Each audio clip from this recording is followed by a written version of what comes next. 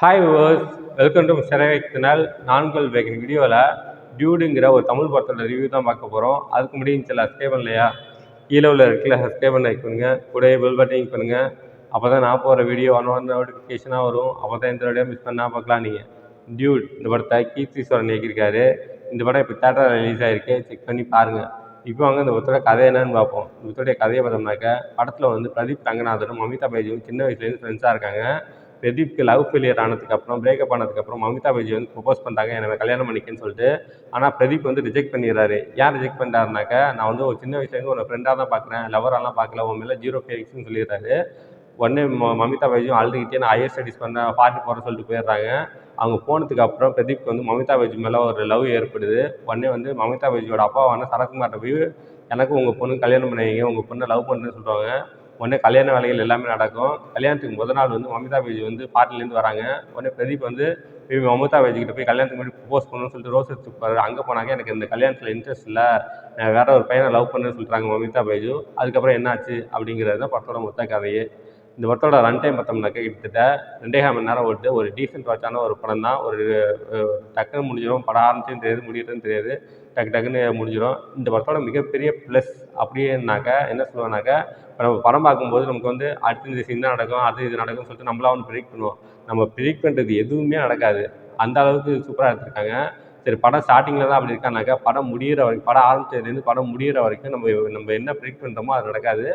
டிஃப்ரெண்ட்டாக இருக்கும். நீங்கள் படம் பாருங்கள், உங்களுக்கு புரியும். அந்தளவு இருக்கும். இந்த படத்தில் ஃபஸ்ட் ஹாஃப் வந்து ரொம்ப இன்ட்ரெஸ்ட்டாக ஜாலியாக ரொம்ப நல்லாவே இருந்துச்சு. அதே போல் செகண்ட் ஹாஃபே இருந்தாங்கனாக்கா இன்னும் படம் வந்து வேறு லெவலில் போயிருக்கும். இப்போவும் குறை சொல்லல, ஒரு ஆவரேஜாக இருக்குது படம் பார்க்குறதுக்கு. அந்தளவுக்கு சூப்பராக எடுத்திருக்காங்க. இந்த படத்தில் வந்து சரத்குமார் வந்து ஒரு பால்வள மினிஸ்டராக இருப்பார். அவரோட ஆக்டிங் ரொம்ப நல்லாவே இருந்துச்சு. ஒரு ஒரு அப்போ அம்மா இல்லாத பொண்ணுக்கு ஒரு அப்பா வந்து எவ்வளோ ஃப்ரெண்டாக இருப்பாரோ, அதே போல் ரொம்ப ஃப்ரெண்ட்லியாக இருப்பார், எது கேட்டாலும் செய்வார். அதெல்லாம் பார்க்கும்போது ரொம்ப நல்லாவே இருந்துச்சு. சரத்குமாரோட ஆக்டிங் ரொம்ப நல்லாவே இருந்துச்சு. அடுத்தது இந்த கேஜிஎஃப் வில்லன், அவன் பேர் எனக்கு மறந்து போச்சு, டக்குன்னு வரல. அவன் வில்லன் வந்து ரொம்ப ஒரு ஒரு ஹைப் கொடுத்துருப்பாங்க.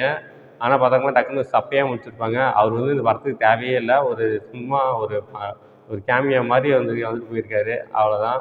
அடுத்து மமிதா பைஜியோட ஆக்டிங்லாம் குறை சொல்லவே இல்லை. ஹீரோயின் 2 பேரும் சரி, பிரதீப் ரங்கநாதனும் சரி, மமிதா பைஜியும் சரி, பெர்ஃபார்மன்ஸ்லாம் பின்னிட்டாங்க.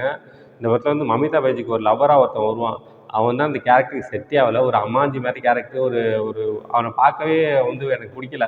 அந்த அளவுக்கு இருந்துச்சு அவன் கேரக்டர். ரொம்ப ஒரு டம்மி கேரக்டர் மாதிரி இருந்துச்சு. அந்த கேரக்டரை வந்து இன்னும் கொஞ்சம் வேற ஒரு ஆளை போட்டு அந்த கேரக்டர் இன்னும் நல்லா ஸ்ட்ராங்காக இருந்தாக்க இன்னும் கொஞ்சம் நல்லா இருந்திருக்கும். எனக்கு அதுதான் ஒரு குறையாப்பட்டுச்சு. எனக்கு வந்து மமிதா பைஜியோட லவ்வராக வந்து உள்ளவன் வந்து எனக்கு பிடிக்கவே இல்லை.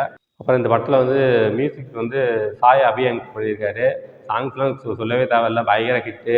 ஊரும் பிளட்டுன்னு சரி, பார்க்காத பேசாததும் சரி, பயங்கரமான ஹிட்டு. படத்தில் தேட்டரில் பார்க்கும்போது இந்த சாங்ஸ்லாம் வரும்போதெல்லாம் பயங்கர ஃபன்னாக இருந்துச்சு, கூஸ் பம்பாக இருந்துச்சு, சூப்பராக இருந்தாங்க.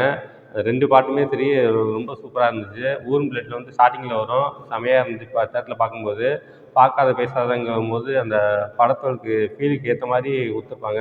பேக்ரவுண்ட் ஸ்கோரிங்லாம் பின்னிட்டாருன்னு சொல்லலாம். அனிருத் மாதிரி பண்ணியிருக்காரு. பேக்ரவுண்ட் ஸ்கோரிங்லாம் சூப்பராக இருந்துச்சு. மொத்தத்தில் இந்த படம் பார்க்கலாமா வேணாமா அப்படின்னாக்க, இந்த படம் வந்து ஒரு ஆவரேஜான படம். One time watchable.